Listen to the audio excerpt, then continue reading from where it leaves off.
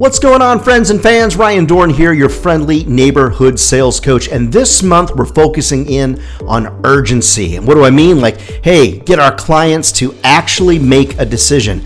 Am I the only one that's kind of feeling like it's taken them a long time to make a decision? I mean, I remember when people would say, oh, in October we'll commit for next year. And now it's like, well, we'll commit for next year.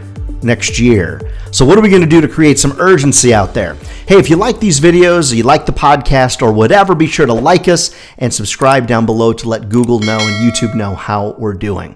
All right, there's three main things that I'd love for you to consider as we talk about urgency. All right, the first one some of you might not like because it does involve incentives, which in some of your cases will involve discounting.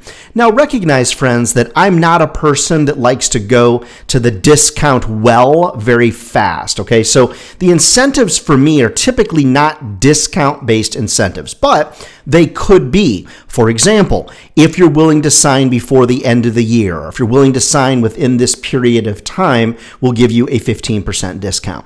Now, you could go that route. I personally don't like that, although I know that people love to save money. Rather, what I would like to do is give people bonuses based upon their commitment. Like if you sign before the end of the year, you get these 3 extra things, whatever those things might potentially be. Hopefully, fingers crossed, those would be things that aren't actually going to cost you any money. Now, those of you that are like me, selling digital and media marketing solutions, one of the things I like to do to incentivize people is do things like put their digital inventory on hold. So if someone said, hey, Ryan, I want to be a podcast sponsor, a sponsor of your podcast, no problem. What I need to do, though, is set that digital inventory on hold for you because we got a lot of people that are considering it. So because of that, I want to set that inventory aside for you to make sure it'll be there when you need it. I might even say no obligation or something like that. Now, some other incentives, though, could be, especially for those of you watching in the media business. For example, if you buy 4 ads from me, we will double the impressions on that 4th campaign. Or if you buy 4 magazine ads from me, we will double the size of that 4th ad. I mean, you have to print the page anyway, right? So it's those type of incentives. People don't ever think they're gimmicky, friends. I mean, you can make them gimmicky, but it's not a gimmick, friends. What it is it's our opportunity to use normal psychology to move the needle and get people to be just a little more urgent.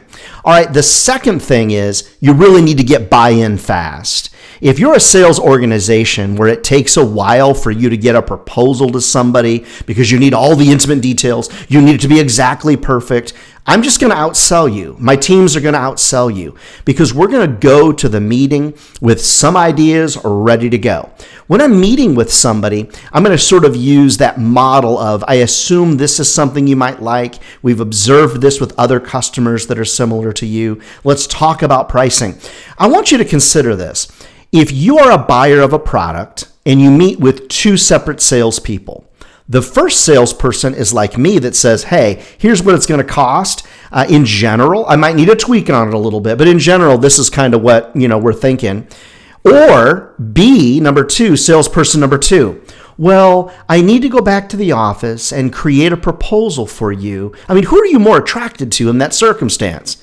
Well, you're almost always going to be more attracted to somebody that is ready to go, somebody that's ready to move that needle forward fast. See, a lot of times, friends, when you're thinking about selling people, you're so worried about all the little details that you're the one that actually slows down the sale. Now, I respect, represent, and understand that a lot of times we do need to go back to the office and get really concrete information. But if you can meet with me and I can say, in general, in the past, people we've worked with, you're probably looking at $20,000. Or alternative B, well, I don't know exactly what it's going to cost, so let me go back to the office and let me figure this out and talk to the people I need to talk to. Who are you more attracted to? From an urgency perspective, I want them to consider what I'm pitching in that very, very first meeting. I don't want to have to leave to create a proposal if at all possible. Now, friends, I recognize some of you out there that are selling, you can't do that. I get it. But if there's a little piece and part that you can grab of that, get people to consideration, deeply considering things on that very first meeting, okay? All right, the third thing that I'd love for you to consider is agreeing on a follow-up plan. You don't know the number of sales calls that I've been a part of where the client will say, hey, we'll get back in touch with you in a week. And the sales rep is like, good, awesome, see you in a week.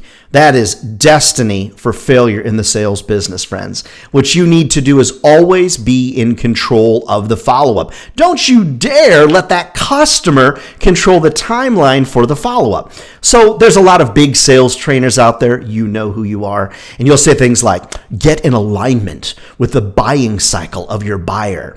Okay, well, that sounds good as a book title or the title of a YouTube video, but let's just be real here, friends. When you let clients control the follow-up, guess what happens? They ghost you, or it takes too darn long, or you just basically you don't know what to do.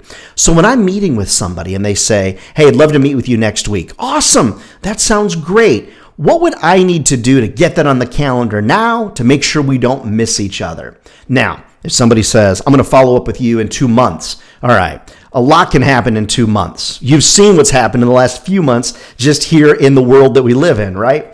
So what I like to do is say things like, 2 months, wow, a lot could transpire between now and then. So what I'd love to do is get an appointment on the calendar, brief, short, to the point, say 5 minutes or 10 minutes, so that we can reconnect on this. Then I want to get my phone out, get my computer out, and get a date on the calendar. Then I want to ask the next question. So we're set to meet Thursday at 3 o'clock. Awesome. I'll send you a Zoom link, and I promise these meetings will be brief. But if we were to miss each other, what's the best way for me to re-engage with you? And if you say that, it's kind of psychologically saying, hey, if you stand me up for our date, here's what I'm going to do. Now, I'll make suggestions. May I send you a text message? Would a smoke signal be better? How about a carrier pigeon? I kind of make it kind of a light conversation. Recognizing, friends, that I need to do these things to control the follow-up, because part of follow-up is in the urgency piece of the puzzle. So first thing we talked about, creating urgency incentives. Super, super important. The second thing is I would encourage you to try to get to a deeper point of consideration at the initial meeting rather than leaving to create something from scratch. And then the third thing to consider is you really do need to create and agree on a follow-up schedule. This is what our follow-up schedule will look like. This is how the timeline might lay out. Now, never forget, friends, every sales circumstance is different, but a lot of these rules are directly applicable no matter what it is out there that you are selling. Never forget, if sales was easy, everybody would be doing it, and they're not. We're not crazy. I'm going to stop saying that. We're a little weird for doing this every day, right? But I love it. This is a great job, friends. It'll feed your family successfully for a lifetime. Love to train your sales team. Love to coach you up. Love to come to your sales meeting and get you motivated to sell more. Reach out to me over at RyanDohrn.com. All right, friends. Hope that's helpful to you. We will see you on the next video and the next podcast.